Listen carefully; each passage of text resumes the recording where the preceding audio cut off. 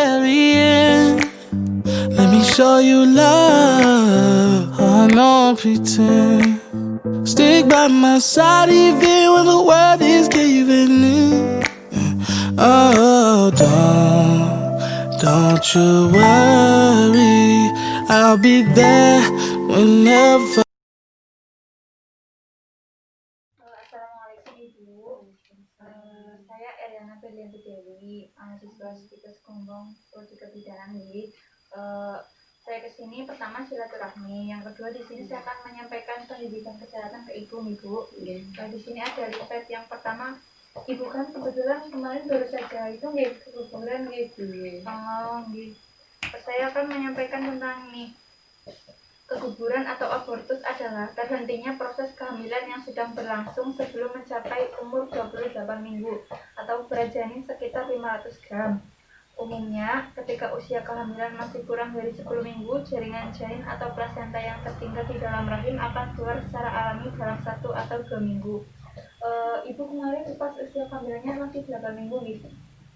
Pas keguguran itu masih dari nonton televisi kemarin udah periksa ke itu bidangnya, disuruh kiret apa itu kiret, tapi udah apa gimana Bu? Nggak jadi kiret, tapi itu urut udah itu masih keluar, sekarang masih keluar darah-darahnya apa enggak? Oh enggak. Di sini saya akan menjelaskan tanda ibu yang sehat pasca abortus nih Bu. Yang pertama itu tidak adanya gumpalan darah. Tadi ibu sudah nggak ada yang keluar darahnya, nggak ada kayak darah mens apa-apa, itu udah nggak keluar. Rahim dikatakan bersih tentunya jika sudah tidak ada gumpalan darah yang keluar dari vagina. Sisa embrio yang sudah menempel di dinding rahim tentunya tidak dapat lepas secara langsung dan begitu saja. Berarti itu berhentinya dari kapan Bu? Udah lama udah nggak keluar, itu udah lama. Habis keguguran paling berapa hari lah. Udah ada ya 5 hari. Terus nggak ada yang nggak keluar lagi. Tapi nggak ada keluhan apa-apa sampai sekarang nggak. Yang kedua, siklus menstruasi teratur. Jika Anda mengalami siklus menstruasi yang teratur pasca keguguran, tentunya ini menjadi tanda bahwa rahim Anda sudah bersih. Yang ketiga itu tidak merasa sakit punggung. Tidak dapat dipungkiri bahwa wanita yang telah mengalami keguguran akan merasakan sakit pada area pinggang. Kemarin kayak di pinggangnya, di perutnya juga sakit kan Bu pas mengalami keguguran itu. Jika hal ini dirasakan oleh seorang wanita pasca tindakan kuretasi, ada kemungkinan kotoran dan juga sisa kehamilan masih ada dan belum keluar dari dalam rahim. Tapi sekarang nggak ada keluhan seperti itu, nggak ada pinggang sakit, perutnya udah nggak. Yang keempat, tidak merasa sakit pada perut. Rasa nyeri yang berasal dari perut tentunya disebabkan oleh rahim yang mengalami gangguan. Hal ini dikarenakan adanya kontraksi yang terjadi di dalam rahim akibat terjadinya keguguran. Jika Anda mengalami sakit perut dan juga mules-mules pasca keguguran, itu berarti rahim Anda masih belum bersih dan juga masih ada yang tersisa di dalam rahim. Sekarang masih suka sakit perut apa enggak? Alhamdulillah nih. Yang kelima itu tidak pusing. Perdarahan yang terjadi pada seorang wanita yang mengalami keguguran tentunya dapat membuat seorang wanita merasa pusing. Rasa pusing yang dialami oleh seorang wanita memang sangat biasa dan juga wajar terjadi pasca keguguran. Hal ini yang disebabkan karena darahnya itu yang keluar itu banyak nih Bu. Dari yang sudah saya jelaskan tadi, apakah itu ada yang ditanyakan? Selanjutnya nutrisi untuk ibu-ibu. Yang pertama itu nutrisi adalah substansi organik yang dibutuhkan organisme untuk fungsi normal dari sistem tubuh, pertumbuhan, dan pemeliharaan kesehatan. Yang pertama itu karbohidrat nih Bu. Karbohidrat adalah sumber energi utama bagi tubuh sebagai sumber energi sel tubuh. Bisa diperoleh dari nasi, gandum, umbi-umbian, dan oatmeal, dan lain-lain.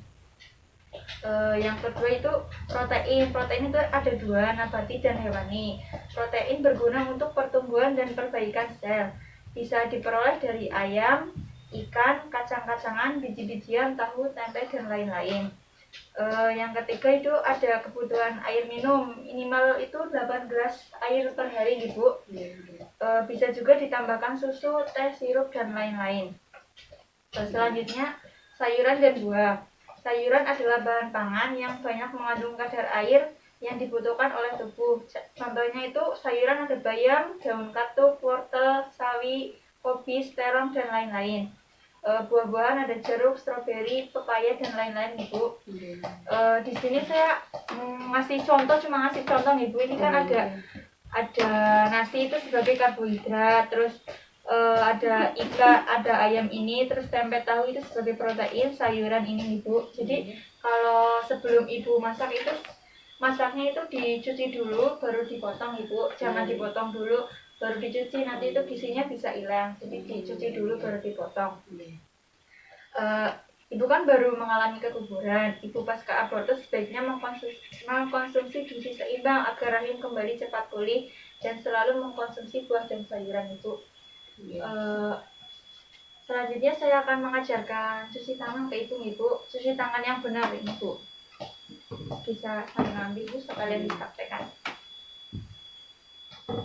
Yang pertama ini telapak tangan ini 3 kali, terus punggung tangan ini, nah 3 kali, 2, 3, terus yang satunya 2, 3, terus setelah ini, terus dikunci ini, nah ini Bu, terus gini jempolnya, ini kayak gini, nah gini 3 kali ya, terus yang satunya juga gini,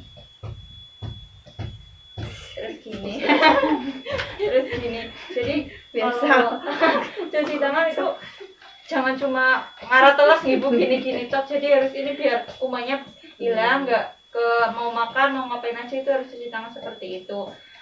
Baiknya lagi tuh pakai air yang mengalir, pakai sabun, kalau enggak ya pakai seperti ini, pakai alkohol antiseptik seperti itu.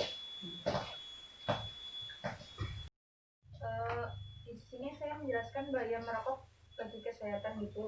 Merokok itu apa sih? Membakar tembakau yang kemudian dihisap asapnya, baik yang telah dibentuk rokok maupun menggunakan pipa.